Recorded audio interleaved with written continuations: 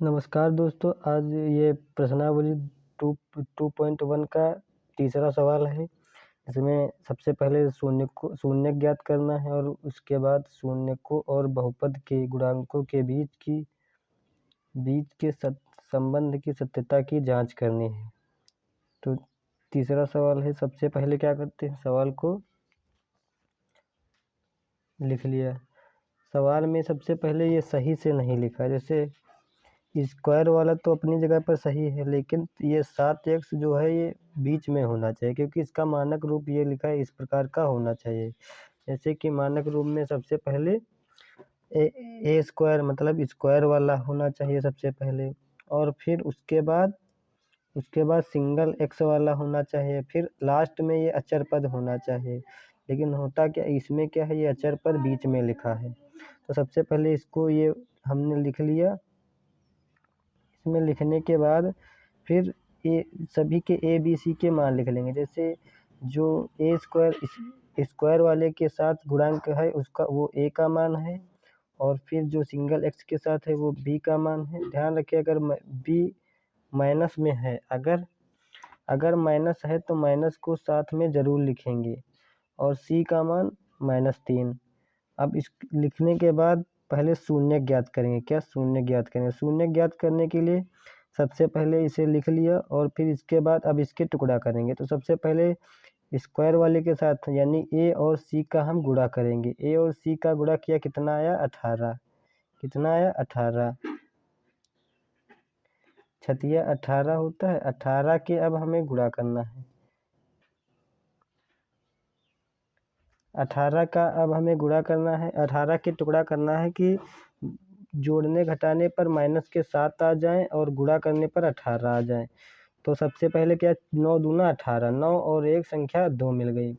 हमें माइनस के साथ लाना है तो बड़ी वाली संख्या को माइनस की रखनी होगी, तो बड़ी वाली संख्या माइनस की रख लिया। उसके बाद अब आगे -3 को ऐसे ही लिख लेंगे। उसके बाद फिर कामन लेंगे। कामन क्या लेंगे, जो इसमें दो में कामन जो होगा उसे लेंगे। तो इसमें 3x कामन था, 3 और x दोनों के पास था। तो 3x कामन लिया, 3 दूना 6, 2 बच गया अंदर और एक x बच गया। यहाँ पर 3 त्रिका 9, x बाहर चला गया, सिर्फ 3 बच गए। कितने बचे, सिर्फ 3। इसी प्रकार देखिए, अब सेम इसमें ये तो सिर्फ इस तरीके का लिखा है, तो इसमें सिर्फ 1 कामन लेंगे। 1 कामन लेने से वही लिखा रहेगा, और इसे लिखने के बाद अब जो कामन है, जो सेम टाइप का लिखा है उसे हम लिख लेंगे, और फिर जो बच गया उसे लिख लेंगे।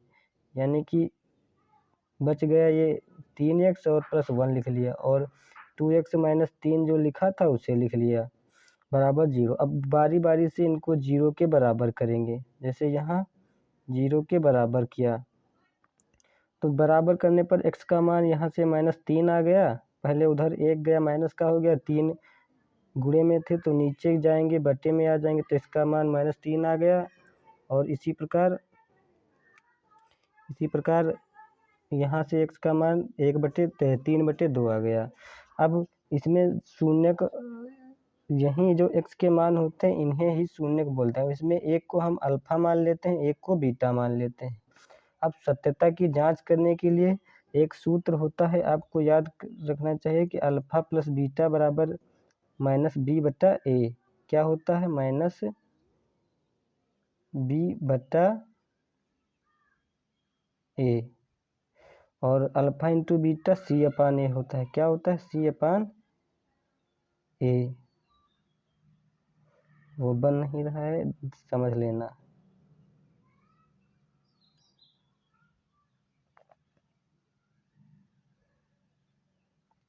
तो इतना लिखने के बाद अब अल्फा प्लस बीटा -b/a। तो पहले एक को अल्फा हमने माना, एक को बीटा माना, इन्हें जोड़ लेंगे। अल्फा प्लस बीटा इनको जोड़ा तो 7/6 आ गया। इसी प्रकार अल्फा इंटू बीटा यानी कि इनका गुणा किया तब -1/2 आ गया।